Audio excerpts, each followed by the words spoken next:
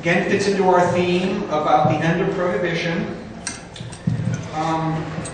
Like the last panel, it's a conversation. All of the folks here are experts in one form or another about economics, taxation, public policy, and thankfully, reality. Because as Keith was alluding to at the end of his remarks, we can't divorce our idealism from the political realities that we're always facing.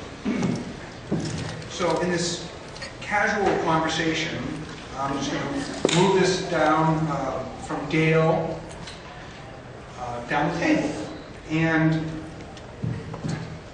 Dale, as I mentioned earlier, has a degree, a doctoral degree from Harvard in economics. So he's always, Stanford, pardon me, went to his undergraduate at Harvard. That he always came to this discussion from an economist point of view, though always attracted to and immersed in the culture. So some of the first papers I was attracted to in the early 90s were written by Dale. And many of the papers and books from that point forward cite Dale's early work. Dale wrote a paper, he's written two papers that I'm hoping that he's going to reference today. One is the economics of prohibition itself and marijuana, and that is found in the California and NORML web pages, along with a report he wrote a couple years ago about California and taxation and legalization, and a lot of that work has been used by the California Board of Taxation and Equalization. So we'll move through this conversation, but beginning with Dale about his views on economics and how do we marry what is so obvious that there is about 35 to 40 million Americans that want to consume cannabis, and that it's illegal, it has a prohibition price point to it, and the government is entrenched in a prohibition. So what in these papers that you've written can you share with us regarding how we need to understand economics and marijuana beyond like religious use, spirituality, and hemp and medical use, but economics and marijuana? Okay, well, this is sort of a modern problem because marijuana has been legal for hundreds of years, thousands of years, up until modern times. But there's no living memory experience of truly legal marijuana because of the international treaties and the Controlled Substances Act here in the United States. Even in the Netherlands, you do not have legal marijuana because the production system is illegal. And the way they actually control the prices of marijuana in the Netherlands is by busting the growers or the importers of the pot. Even though you can consume it, you can't grow it. So they inflated the price. But what happens if you take that away and it's really legal? Well, the basic problem that you encounter or fact is that marijuana is incredibly cheap to produce as an intoxicant. It's an herb, okay? And how much does it cost to produce an herb? Well, like even fine teas, okay? You can get a good tea for, $1 or $2 an ounce. Marijuana, of course, is 2 orders of magnitude higher than that. So you could see a huge price collapse if marijuana were totally unregulated and sold like parsley, for example. There's no reason that the price wouldn't be, 10 cents a joint or something like that. And in fact, by the way, in the legal market in the United States, pharmaceutical market is in the 1920s, it was selling for like a penny a dose, effectively. You could get it for $2 a pound. So the problem that arises here is how could we possibly have an intoxicant that is so good and yet so cheap won't that cause a lot of abuse? Because if it just costs a dime to buy a joint, you can see that it might get used a little bit more than it ought to, or that seems seamless. So somehow or other, you really have to, in order for I think marijuana really deserves to be a little bit more expensive than that. I mean, it's like a beer, right? Or something like that. It should be at least $1 a joint or $2 or something. How do you get the price up there? And there's really two ways of doing it.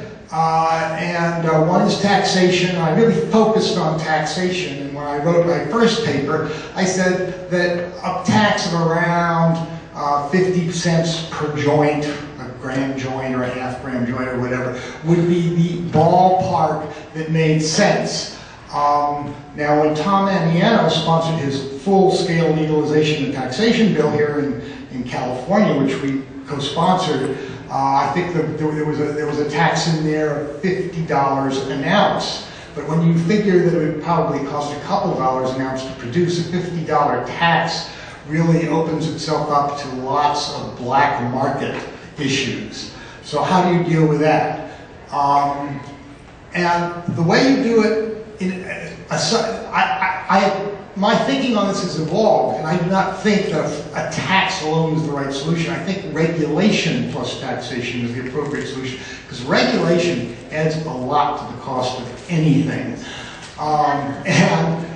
You see this in the Netherlands today. They have legal marijuana in the Netherlands, produced by Bedard. It's for medical use.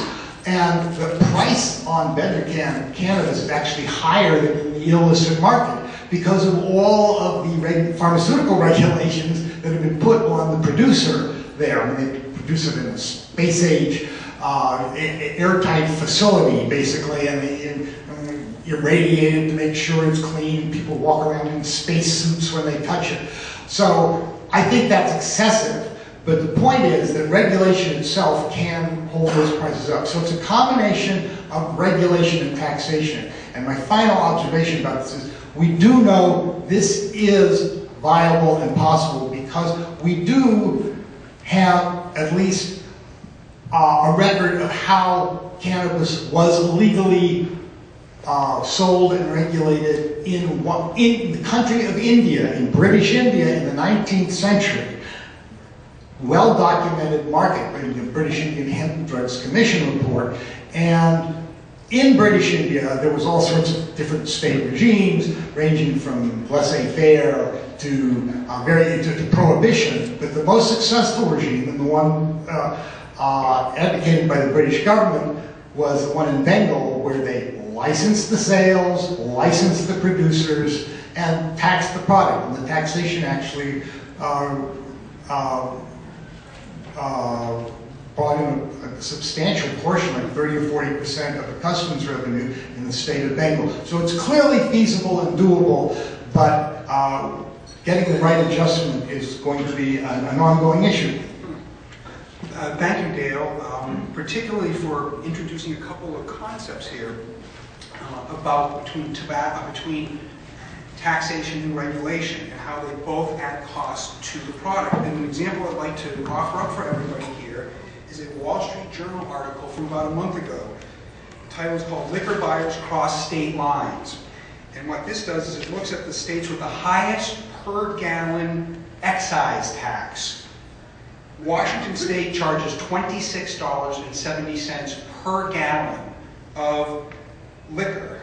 Michigan rounds out the top five at $13. The lowest states, New Hampshire taxes none. They have no taxation on it. Colorado's around $2.28. And I believe the median is $3.70 per liter. So from this, there's a paragraph I'd like to read here about how regulation was added to make the cost of the product go up.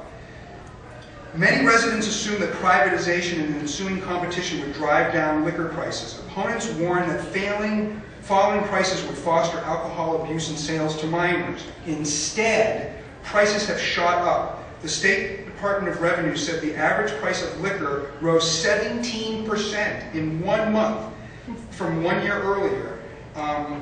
and sales by volumes at stores, bars, and restaurants fell by 9%.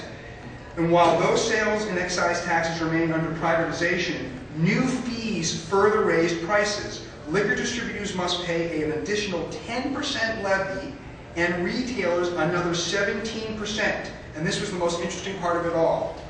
Distributors are also on the hook for any shortfall to the state that doesn't generate at least a $150 million fee by every April, which means the state of Washington is banking on the fact, by law, $150 million a year is going to come into the till from that one type of tax. So I don't think that when marijuana is legal, we're going to be divorced from these type of things that state governments might do by putting on these regulatory and costs to the retailers and wholesalers. To put a final point on this particular topic here, Washington consumers now can turn to 1,500 retailers to sell liquor, compared to 328 when it was only a state-run system.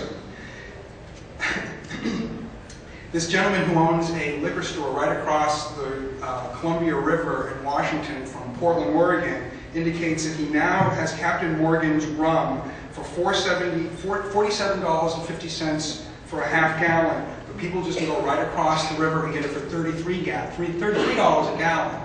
So one anticipates, too, for marijuana, there'll be that kind of disparity at the beginning where one state will have very high taxes, and that'll create a certain degree of migration. Growing up in New England, we saw that with New Hampshire having no taxes for liquor, and people would go up there for their liquor and tobacco.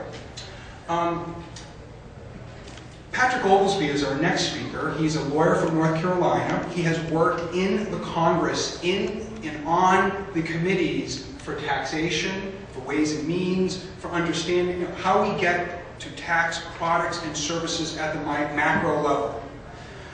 His article last year in State Tax Notes was one of the first articles in years to have somebody who understands the law and economics to try to proffer an article to the community. This wasn't a High Times article. This wasn't written generally to Time magazine. This is to the bean counters in America in the middle of a recession on how do we get revenue in. He started a nonprofit that really says it all in its name, New Revenue, newrevenue.org. So I'd like to introduce Patrick and to have him discuss briefly, before we go through some questions and answers, about what attracts him to this topic and what does he see as a way to get those of us, to get this reform movement, which is thought of still largely as on the outside, to be inside those discussions and those ways and means committees, because ultimately we have to partner with the government, our state and federal governments, to get marijuana legal and to have those regulatory and taxation controls. Thanks.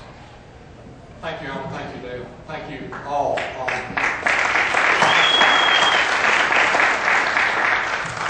I respect the tomato model, but we have some other models that are more realistic and more plausible, and they're the tobacco and alcohol models. Every state in the union legalizes tobacco. I think they all legalize alcohol now. And they all tax it, or they get revenue from it some way.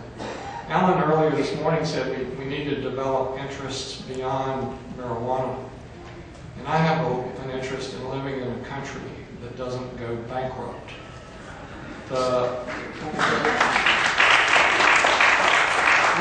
Revenue from marijuana is not going to solve the problem, but if we can't do this, if we can't take such a glaring example of what's wrong politically and fix that, I don't know. Let's start with the easy stuff. Let's fix this and start getting some revenue from it somehow. The task is to win the hearts and minds of Americans, of non-smokers. And how do we do that? The revenue card is a card we can play in this game. And it may not swing it's not going to convince everybody. There's some other cards that need to be played. But it is a move that lets folks say, you know, there's something in it for me. As a citizen, as a taxpayer, I want school construction Colorado, that's what the initiative is for there. Dedicated, the revenues from marijuana are dedicated to school construction. And by playing the revenue card, you give people something to vote for. Now to get into the technicalities, there's to talk about the details. I have an article about this. This is what Alan referred to. I've got another one coming out this fall. If you Google laws to tax marijuana, in quotes, laws to tax marijuana, it'll come up, and you will probably not make it all the way through. It's pretty dense. But there are, as you go to raise revenue from marijuana, there are some forks in the road, and we have not really addressed those at all. We're just at the beginning of this journey. First fork is, do you use taxes to get revenue, which Colorado and Washington would this year, or do you use a monopoly, where the revenue comes to the state through a state entity that buys and sells marijuana? That's what Oregon's proposal would do this year. That's what Uruguay would do. And they would have a seed-to-stem retail store, a seed-to-retail store monopoly. And that's their idea. We don't know which way to go. We don't know which way works better. And maybe it's 11,000 flowers bloom, and let's see what comes up. And just experiment. And that's the American way. The great thing about America is not that we have the most H-bombs, it's that we really have the opportunity with our states to try things. And like whether it's white on red that nobody had. When I was a kid, you couldn't turn white on red. And then Florida started it, and pretty soon all the other states started saying, yeah, that's a pretty good idea, let's do it. And somebody's going to come up with a way of getting revenue, of regulating marijuana, of getting revenue from it, that really makes sense to everybody, to the stakeholders, to the folks who are in the business of producing it, to the consumers, and to the average citizen, and to the moms. And that's when, as we let these flowers bloom, we're going to see how things work. So monopoly versus taxes, that's the first issue. Monopoly gives you you got to have compliance, and you got to beat the bootlegger to have a revenue stream, and you've got to price it low enough so that the bootlegger does not compete effectively. And you got to price it high enough to keep what Dale's concerned that it's too damn cheap, and the mothers, and there's a balance to be struck. And I'm gonna let other folks talk in a minute, but this is the first fork in the road. The monopoly gives the state, or the folks who are regulating, the ability to change prices instantly and to really manage that process. If you have a tax that the legislature has enacted, try getting the legislature to change a tax rule, or change anything. I worked for Congress for 8 years, and it required patience. They move slowly, and that's what the founders had in mind. They don't want a government that, here we go, that is quick. But there's going to be a lot of time for experimentation and a lot of time for research as time goes on. And I'd love to talk some more. I'll talk about the base, whether it's potency or weight, or price, or number of plants. Talk about how easy it is, how important, where you collect. Do you collect right up front? Well, that makes sense. Do you collect at how many producers?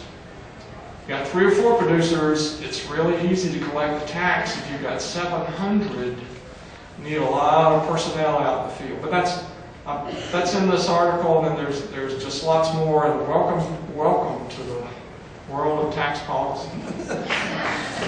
Thank you, Patrick. And one of the reasons why I'm professionally and personally so glad that Patrick's decided at this point in his life to really devote so much attention to this is because he's put forward the really tough questions. When he's been asking, Dale started asking, proffering these questions, many have before them, Mark Kleiman has for years.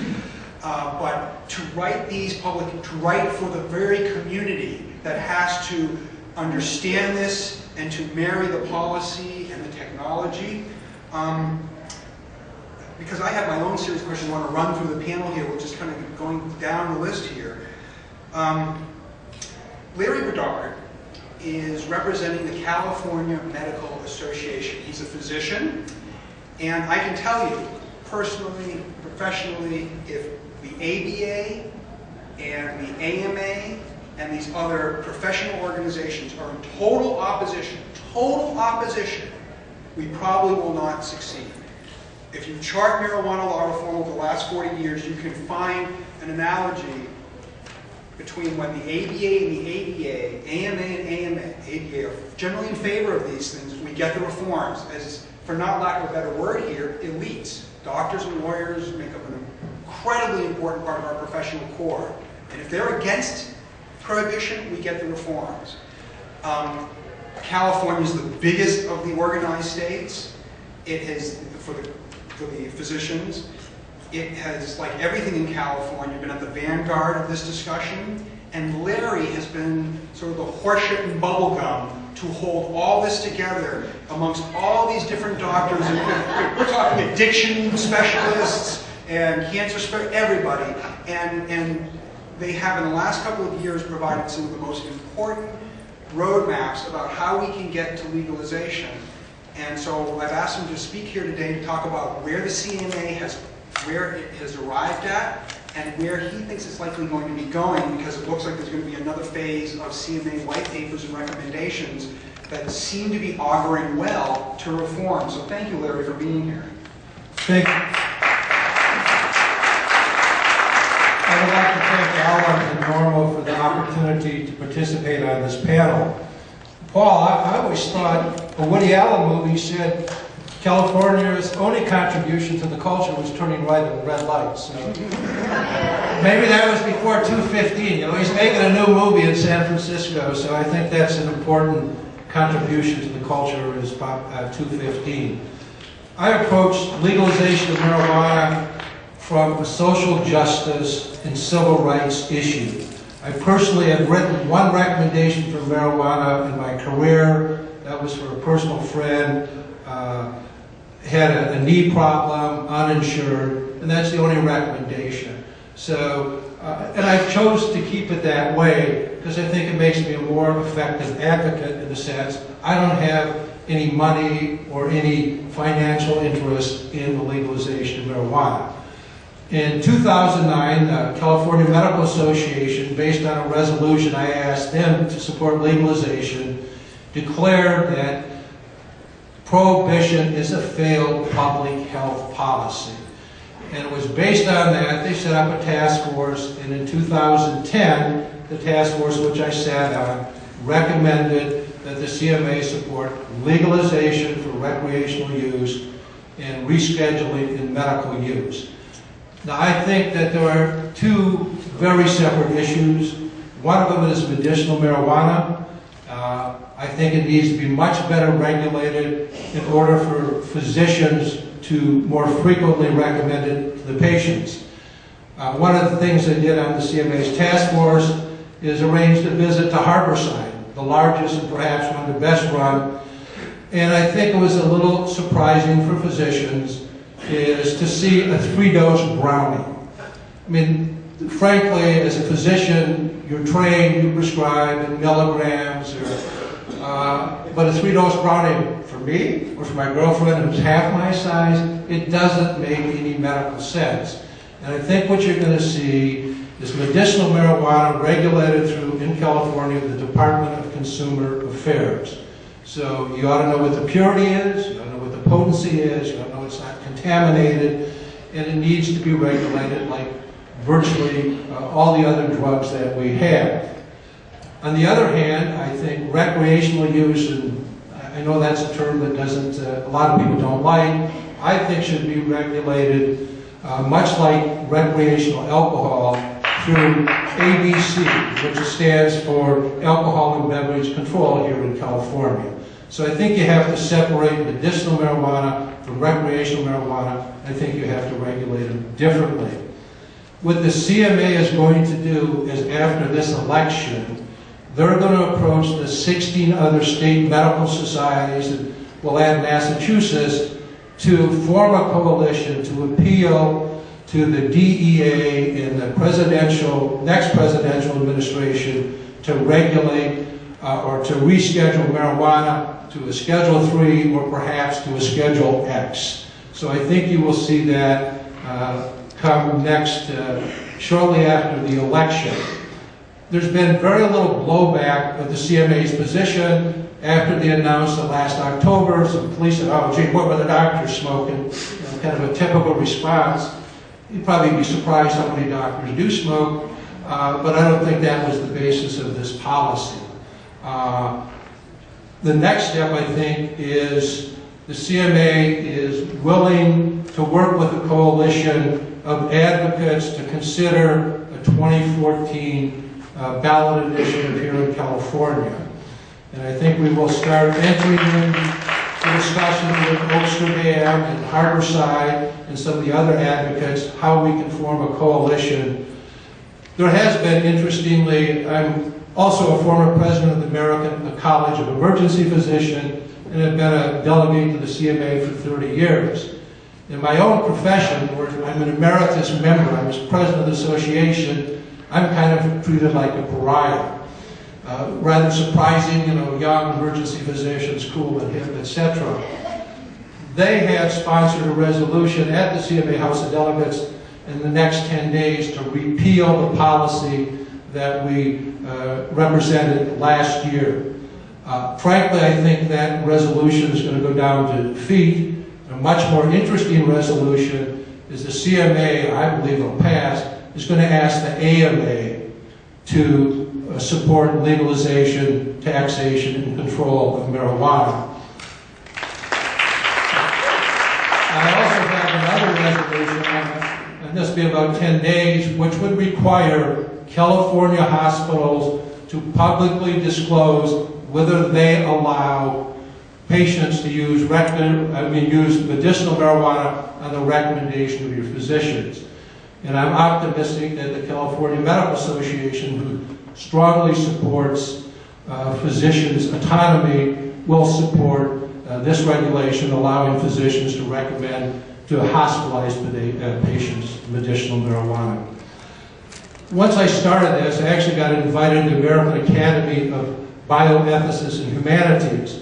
I think I'm an ethical doctor, I'm not a medical ethicist. But I looked up the AMA's Code of Ethics, and I can send you a copy of this because they have 3 Code of Ethics that I think really apply. Their second Code of Ethics, 1.02, says, if a physician believes the law is unjust, they should work to change it. Not every night, not every day, not every kid, but there's an ethical imperative. If the law is unjust, we should change it. When 4 times as many blacks and Latinos get arrested, it clearly is racist, it's unjust. When we support a policy where 9,000 Mexicans get slaughtered every year, it's clearly unjust. The second policy says your physician has a responsibility to explain to you alternative therapies. And you, as a patient, have a right to choose which therapy you want. So the next time you visit your physician, if he point out the AMA's Code of Ethics, ask him how much he knows about medicinal marijuana, and say you'd rather have an edible to go to sleep at night than take Ambien, which turns a certain percentage of people into walking zombies, basically. So I think there is a very ethical basis to have your physicians, and I think that's what the California Medical Association responded to, is patients have a right to choose their treatment, physicians have a responsibility to explain it, and the law is unjust, so we should change it. Thank you.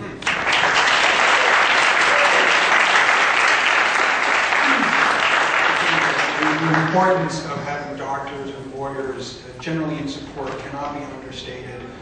Again, thank you, Larry. You could surely have retired. You could be chasing a little white ball around on a green course somewhere, I'm sure. I am retired from clinical practice. I think that's an important point.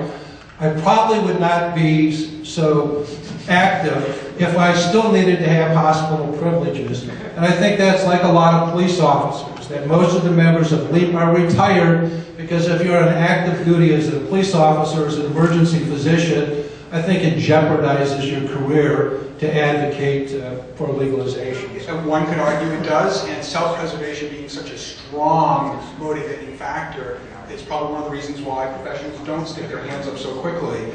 So again, thank you for spending time and energy and getting, if we can get the CMA to endorse this and they can impact the AMA, it will have incredible effect. The last individual on this panel, like Patrick, I was very happy that they could come on. I mean, Dale and Larry, we correspond a lot as sort of activists working behind the scenes, and I have over the last couple of years with Patrick, but I've only recently exchanged emails with Angela, Dr. Angela Hawken from Pepperdine University, to be here today. But it's not like I haven't been a fan of her work for a number of years, and the book that she and her 3 colleagues have written, I would suggest to you, this year is the best policy book about cannabis that you can have in your library. Because even though it was written by 4 individuals with immense knowledge, it reads quite well. You don't really feel like you're reading 4 different opinions. And they ask most of the common questions about what is marijuana, what's it going to look like if it's ever legal, what are the many of the things we've talked about here. The entire day's seminar could have been based on this one book. So not so much putting this out as a plug for the book as much as it is an acknowledgement that we have 4 of the brightest researchers in the United States who have looked probably for cumulatively 60 years at marijuana policy. Mark Klein made a big chunk of that, and so does Jonathan. This is the best book we have out there. Somebody mentioned earlier, came up and said they've given away marijuana myths, marijuana facts, more than any other book, and I do. That's probably the book I give to persuade more than any other. This book is now joining that when it goes to policymakers, bean counters, and business leaders. So I'd like to sort of open it up to Angela, who was the only one of her 4 authors who generally believed that reform was more possible than not and preferable. So with that biased introduction, I'd like to ask you, how is it that you came to take a different view than your other authors? I guess I'm just smarter.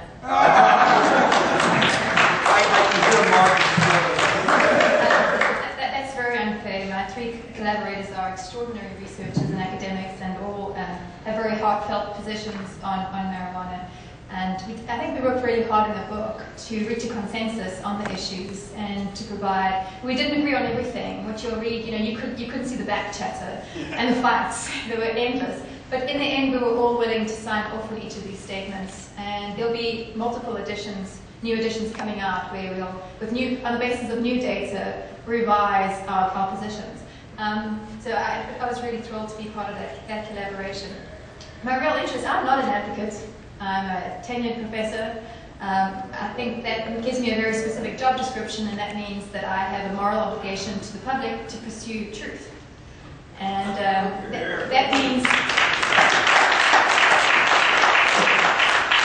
I have to be willing to share my conclusions even if I don't necessarily like them, because I'm not entitled to make up facts. And there's so much of that going on that I'm hoping that through this book and the ones that will follow it, we are able to distinguish ourselves as a group of academics that are willing to tell the truth. We talked about the states and what an incredible opportunity it gives to start to understand how the world would look under legalization and what taxation policies would or would not work. We have 50 laboratories, 50 states. So soon, I suspect, I'm the most optimistic of the authors. I expect one of the states will tip in November. They might not, but I can't imagine within a few years after that, one state at least won't.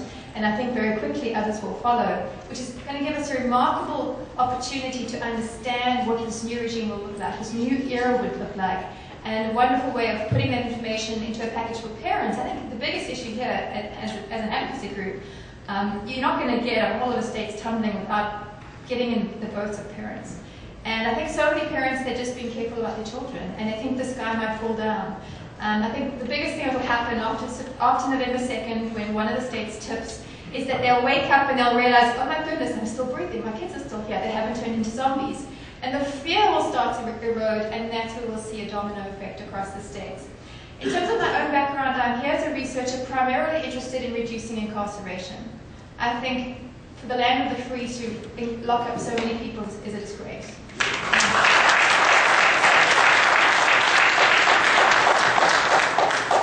But I'm interested in reducing incarceration and reducing crime at the same time. And that said, I spent a lot of time with my nose deep in criminal justice databases. And I want to talk about 3 things that have bubbled up through my research over the last few years that really brought me to the position I have now on legalization. And my colleagues, if you read the book, some of them are in favor of decriminalization, some of them are in favor of non-commercial legalization. I'm the only one of the 4 authors that is in favor of outright commercial legalization in the United States.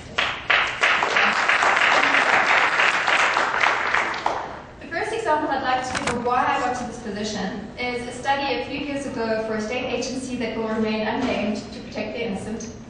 And I was doing a study that looked at tracked offender outcomes, and these were all drug-involved offenders, non-violent drug-involved offenders. And at one point I was looking at the social costs and taxpayer costs of these subjects. I'm an economist, I put numbers on everything, and how expensive were these people that we were shuttling through our system. And I've gotten to the end of my study and thought, well, I should just aggregate this, separate this out by type of drug. And I wasn't really allowed to do that because it wasn't in my statement of work from the agency. But I did it anyway because I was going just a little bit rogue and thought it might be interesting.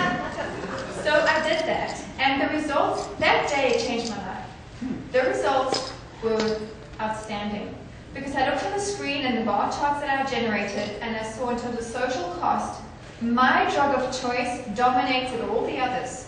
My drug of choice being gin and tonic.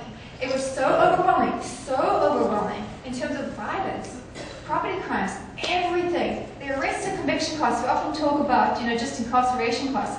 The other hidden costs that I guess advocacy groups aren't really picking up are enormous to our system, and they were dwarfed on an individual basis by alcohol more than anything. And a long distance from alcohol came methamphetamine and heroin, and there off my screen, so far in the distance, was marijuana. And I just thought, how can we have these laws operating side by side as honest individuals? This is so dishonest. So I thought, this is fantastic. I'm going to make a sad ending. This is a very sad ending. I was so excited that I ran to that state agency and I said, this is going to be on the front of the New York Times. This is fantastic. And they said, shred it. And I said, well, what are you talking about? They said, this is an uncomfortable finding, and it was not in your statement of work. So those results will never make it to the day of light. A second very, very striking moment in my research career, I spent a lot of time in prisons and jails.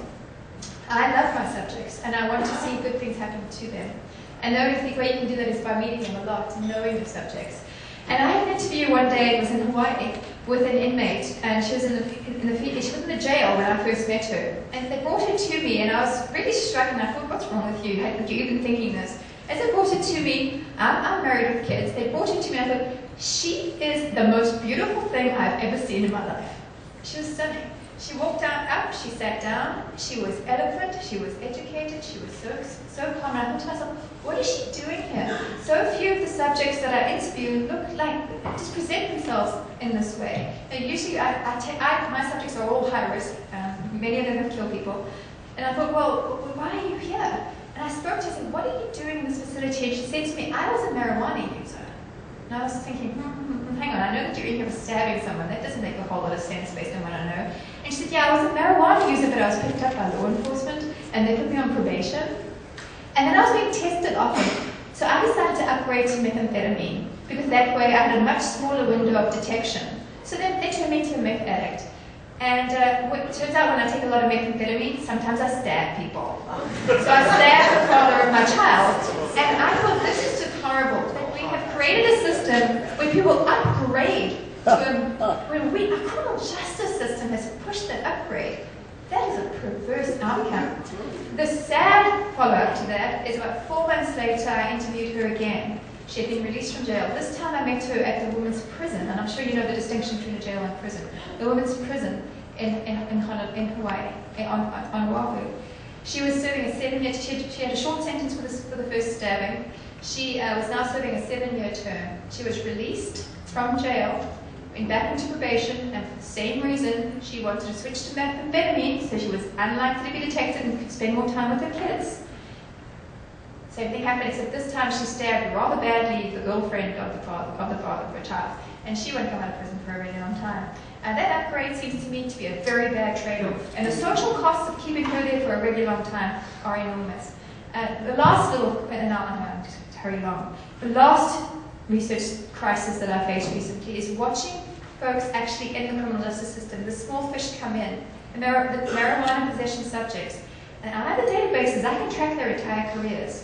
I watched as our system has made these little fish swim along and grow up to be much bigger fish. And we do this in multiple ways. First of all, we expose them to the criminal justice system, and we give them a whole new set of peers that have much bigger things going on and a little bit of pot on the side. And the other thing we do, and this might be shocking to this audience, and you might find this a very uncomfortable statement, we often send them to drug treatment. And for little tiny fish that do not have an addiction issue or a dependency issue, putting the tiny fish into a facility with people who have very serious drug use disorders is not a victimless crime. It hurts everybody in that room. It ruins the experience for the addicts who need it, and it can be devastating for the small fish who didn't belong there in the first place. Sentencing to treatment is not okay if the person doesn't belong there.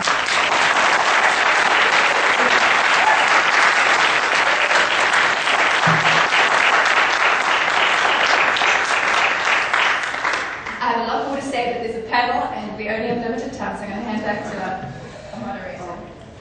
Thank you, Angela, for expressing your personal concerns and your humanity as you're facing these individuals when you could just be lost in the data. A couple of quick points. If you choose to, if you want to become a very famous TV pundit about drugs and cannabis, if in your research you can help definitively answer how many of our brothers and sisters who use cannabis are in a jail or a prison because despite many FOIAs, many information requests, NORML and a group called the Sentencing Project, we've never been able to really ascertain that universe. We have estimates, and I'll express them here. Between 60 and 85,000 people are likely in our jails and prisons for cannabis-only related offenses. Certainly most of them are for cultivation and trafficking. Some are there for possession only. And we are hyperbolic as reformers if we say, well, if you let everybody out of jail who use marijuana, then it'll fix the criminal justice system. Well, no, our criminal justice system and our penchant for incarceration is so terrific that there are approximately 2.4 million of our brothers and sisters locked down for one particular crime or another. So, of course, the percentage of, say, rounding it up to 100,000 to that of 2.4 million is rather low. But here's the perspective point. All of the European Union countries, which is a larger population base than ours, all of their crimes combined generally have a prison population base of around 400,000 people. So America's marijuana population in jail would equal about a quarter of all of Europeans' prison population. So significant and important is Dr. Hawken and her colleagues' books that if I were not here right now, at this very moment, talking, I would be at the Brookings Institute. Because in DC, there's 4 or 5 think tanks, as they're known, that really, whether they're right or left, that really drive intellectual politics. And one of them is Brookings. And today, some of Angela's colleagues are speaking about the book.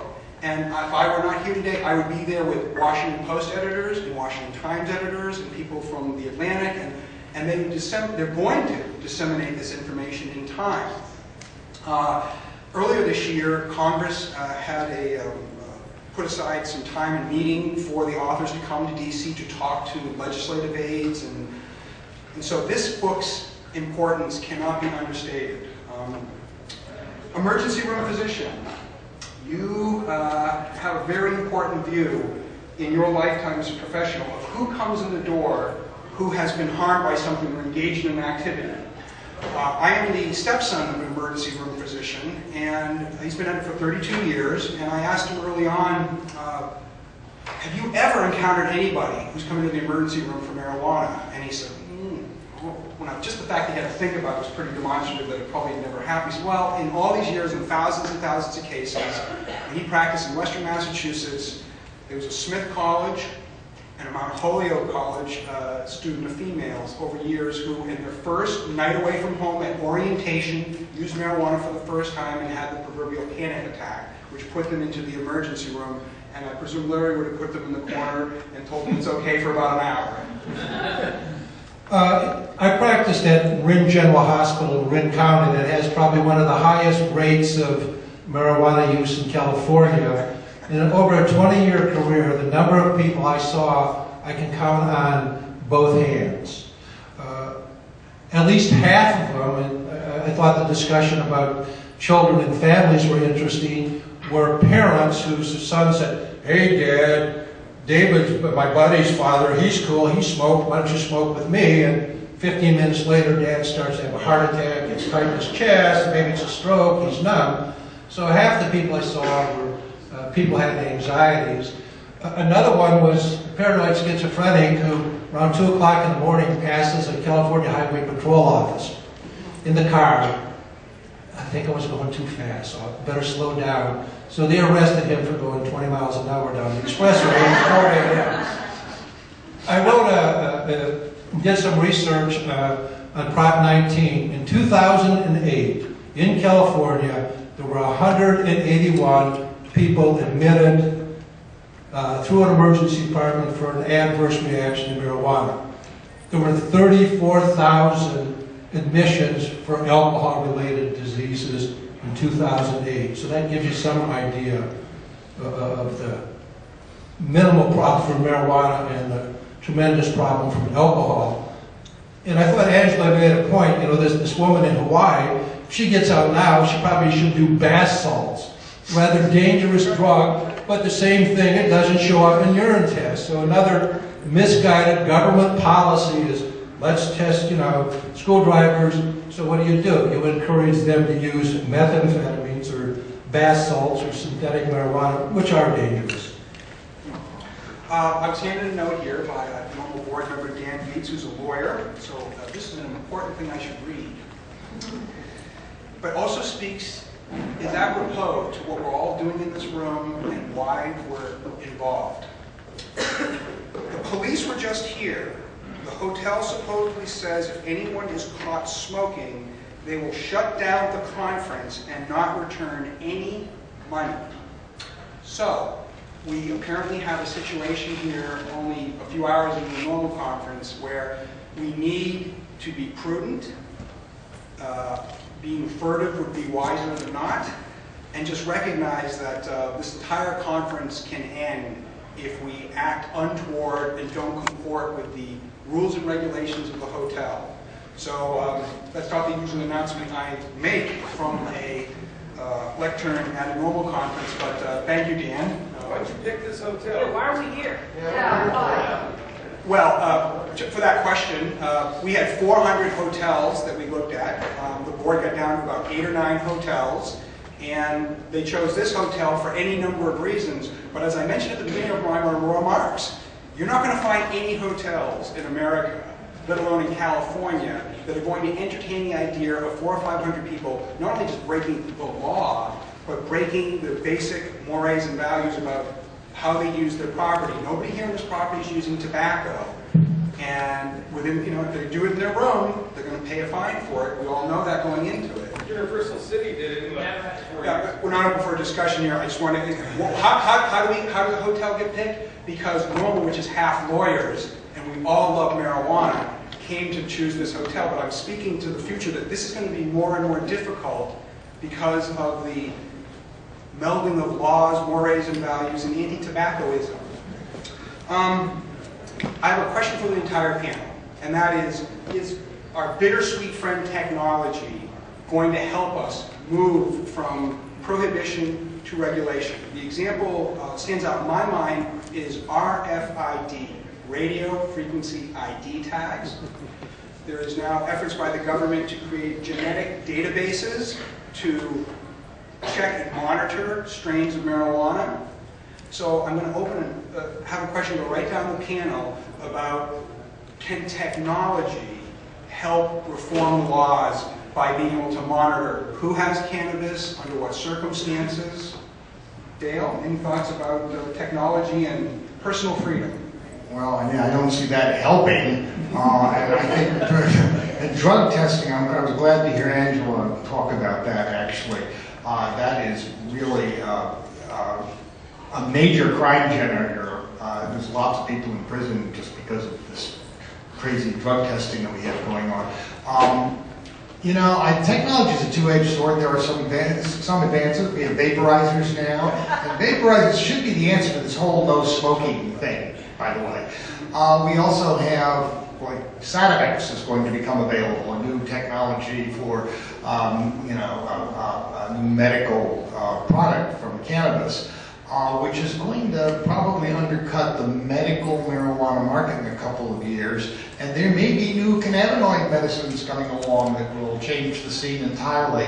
I really don't think that high-tech surveillance of marijuana, it pays off in the long run, and I don't think it's going to cause us any problems, but you never know. No, it's a future we do not know. Patrick, will a simple piece of paper at the bottom of cellophane, like a tobacco tax stamp, is that going to be a low enough piece of technology? It seems to work pretty well, generally speaking, for tobacco, and hundreds of billions of dollars come in taxes and revenue. Or do we need new technology that the government trusts more than a piece of paper? Well, let me say this. In North Carolina, we do not have tobacco tax stamps because we want to promote tobacco. And so if you buy it in North Carolina, you can take it somewhere else. It's federally okay. But the stamp model is something that is bound to happen with legalized marijuana. There's a stamp, meaning there's a package that has a stamp, and just counterfeiting. I got into the issue of counterfeit Viagra because there's the notion that you can't tax marijuana enough. Well, Viagra costs about 2 cents to make a tablet, the ingredients, but it sells for $20, and that markup is protected by law. There used to be some Indian reverse engineers who would turn out the stuff, and the reason you can't buy it for that is because our system of laws just protects that huge profit monopoly and patent protection. But I think what's very likely to happen is that whatever technology is needed is not going to be that hard. They're holograms now. But Viagra comes in hologram packages, and the counterfeiters try to reproduce that, and to not totally successfully. I think one feature is it may well be the package size, that you don't see huge sales at retail of pounds. In fact, for liquor, I think it's the U.S. rule that you can't buy more than the big bottle at the store. You don't see people buying 2-gallon bottles of liquor, and that's a federal rule. And it's just that by restricting package size, it makes the counterfeiting operation tougher. That's part of the answer. I want to introduce some other, we only got about 5 minutes, we're probably not going to be able to do some Q&A. So, some other thoughts here about tobacco. The piece I read in the Wall Street Journal a couple of weeks ago, and Patrick and I talked about this, is the roll your own phenomenon. Because the government has been taxing tobacco at much higher rates, and to give you an idea of how much it popped a year and a half ago under a new law, the federal excise tax on a carton of cigarettes rose from $10.66 from $3.90, so it went up 300%. The roll your own tobacco increased from $1.09 a pound to $24.78 a pound. And the same thing for what's called pipe tobacco. So what happened under this new law with entrepreneurs trying to game the system was in New York City, where the taxes are very high, about $9 per pack. That in New York, there was a roll your own industry that just exploded. You walk in and say, I'd like to buy a pound of pipe tobacco, and roll it all right there, and pay only $2.80 per pound as compared to the $24 per pound. And the government has immediately shut that down. But I would ask, I guess I would proclaim, I envision the same will probably happen with marijuana too regarding taxation. That some people will use technology to game the system.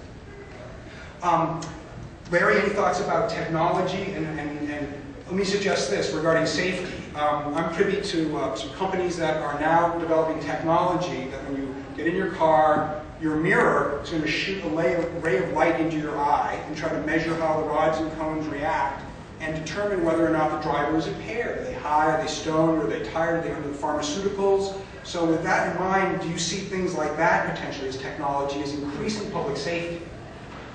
Well, when you first started, you asked about the technology, I think, putting somehow identifying where the marijuana was used. We're already enough of a police state. I'd be very opposed to somehow. That's one reason. I also would caution people about having a registration online at the state, because I think that perhaps makes you vulnerable for a crackdown depending on when things change. I think one of the biggest technological changes in the last year is with the cell phone, because as all these dispensaries have been closed down, a lot of them have simply went into delivery business. So you use your cell phone, you call, you meet by the Golden Gate Bridge. Another misguided policy with unintended consequences. They eliminated the use of credit cards, dispensaries. That's great. You were collecting taxes before. Now it's all a cash business. And so you're going to decrease the amount, I believe. So I think there's a lot of policies like this that are incredibly misguided. One other thing I would say, I know on the prison population, people argue how many people are there for simple possession. That may be a relatively small number. But the number one reason people go back to prison is they violate their probation. So you could be a mugger, armed robber, you get out, you've done your time, and if you show up positive with marijuana, you're going back. So I think there's a, if you look at the number of people who get busted on a drug test while on probation, number one reason why they go back to prison. Yes, and thank you for introducing these other concepts of technology to get around. I have something like weed maps. I mean, the idea that 15 years ago somebody calls, oh, I don't know where to find a doctor, I don't know where to find a dispensary. Okay, there it is. You know. Siri, first thing I ever asked Siri was where's the closest medical marijuana club? And I was in Scottsdale, Arizona, came right up. So I'm going to ask Angela to put the final thoughts on this panel about not only technology potentially being used to help control marijuana, but your just general thoughts about the future of reform, where the disconnect in Washington is so terrific compared to a state like California.